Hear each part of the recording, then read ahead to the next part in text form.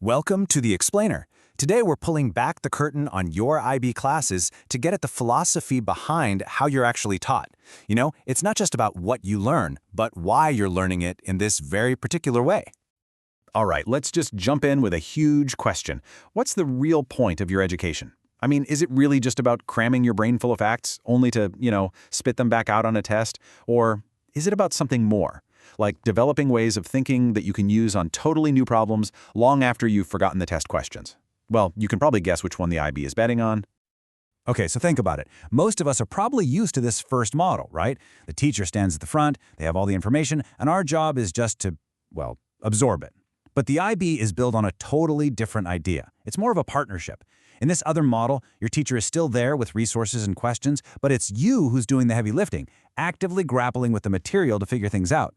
We're talking about a massive shift from being a passive listener to an active learner. So, you might be asking, why bother with this big shift? Why do we even need a different way of teaching and learning to begin with? Well, the reason is actually pretty straightforward. The world you're getting ready to enter, it's complicated, and man, it moves fast. Success out there in what people call the new economy isn't just about what's stored in your head. It's about how well you can talk to people, how well you can work with a team, and how you handle problems that don't have a neat and tidy answer in the back of the book. So your education has got to get you ready for that world. Which brings us to the solution that the IB has come up with. The whole thing is built around a set of principles they call the approaches to teaching, and yep, they're designed to build those exact skills we were just talking about. Okay, at the absolute core of the IB approach is this really powerful idea called inquiry-based learning. Think about it. Instead of your teacher saying, open your books to chapter 3, your class might start with a really juicy question or a problem happening in the real world right now. It completely flips the script. It takes your own curiosity and puts it right in the driver's seat. And this whole inquiry thing isn't just a straight line from A to B. It's actually a cycle, a really powerful one. First, you just do something. That's the concrete experience. Then you take a step back and think, okay, what just happened? That's your reflection. From there, you start to form some bigger ideas, the aha moments. And then, and this is key, you go out and try those new ideas in the real world. It's this constant loop of doing, thinking, and trying again. Now, inquiry is a huge deal, but it's really just one piece of a bigger puzzle. It's actually part of 6 core principles that shape every single IB class you take. So on top of inquiry, learning is also designed to be about big ideas, not just tiny facts. It connects what you're doing to what's happening both down the street and across the globe. It's all about teamwork, and it's built to work for different kinds of learners. And finally, assessment isn't just about a grade, it's a tool to actually help you get better. So that's all the theory. The big question is, what does this stuff actually look like and feel like when you're sitting in your classroom? Well, it all kicks off with a massive change in what your teacher is even there to do.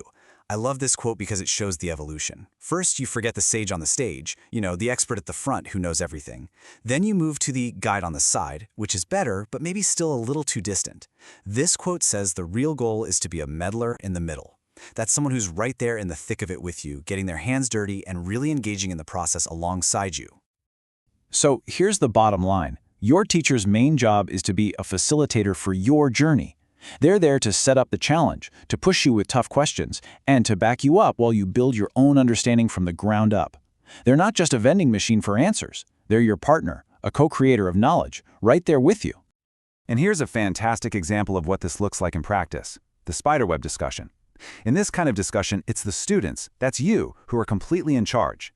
You lead the conversation, you assess how it's going. The teacher, they step back and just observe.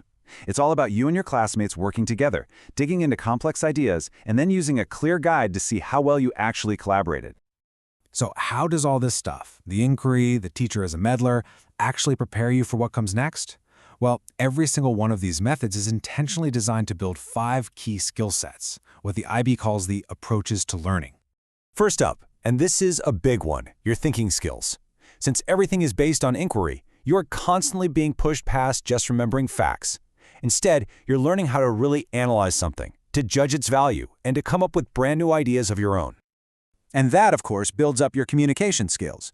An activity like that spiderweb discussion is the perfect training ground for learning how to get your own points across clearly.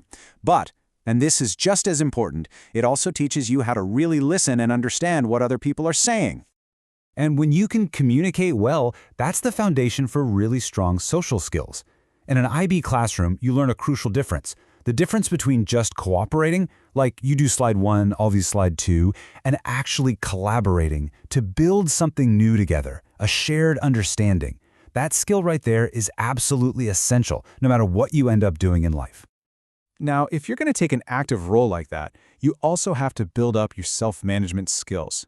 You're the one in charge of your time, of setting your own goals, and honestly, of finding the grit to push through when things get tough.